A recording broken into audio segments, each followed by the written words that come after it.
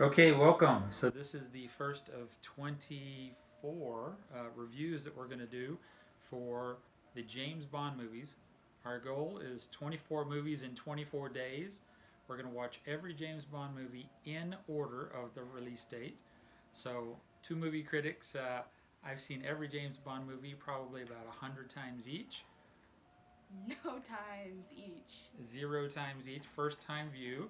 So this is our review. We're going to post one of these after every movie.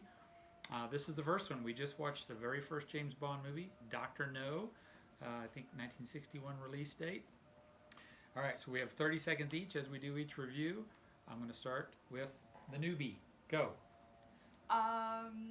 Very interesting time period. It definitely relates. You can definitely tell that there's a lot of influence from like the space race and the space age. The CIA, it was interesting that cropped up as much as it did, just because of I guess the tension between the Russians and the Americans. Interesting.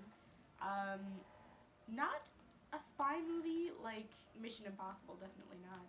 Slower By modern day standards. by modern day standards, and Mm-hmm. the effects were different as well. Not worse, just more, I suppose, creative. Very low By tech necessity. spycraft, right? Yeah. The hair on the door, the tarantula in the bed as the killing Mm-hmm. weapon. So very low The tech. read.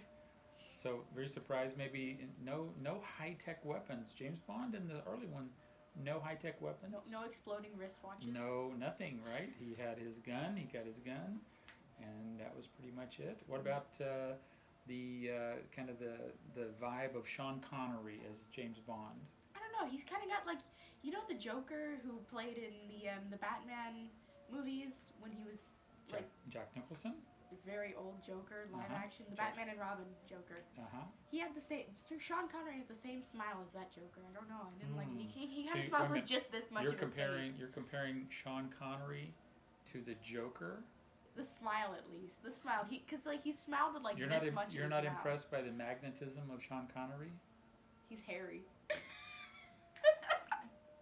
Okay. All right. So for me, it's hard to watch this one again without thinking of Austin Powers, The Incredibles, and every other James Bond movie I've seen after it. It's been copied and emulated so many times, parodied so many times, that I have a hard time watching it without constantly referencing back to all of those other movies. But so you can see the seeds, though. I know what's coming in the next few movies, but you can see the beginnings of it.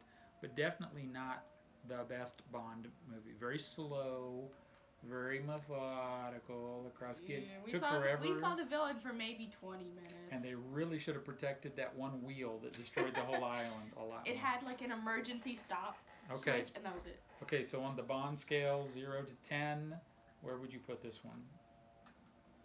It's the first one I've seen. I've got No, no no, idea. no, no. On a scale of 1 to 10, where do you rate it? Oh, On the Bond scale from this on the point Bond forward. scale.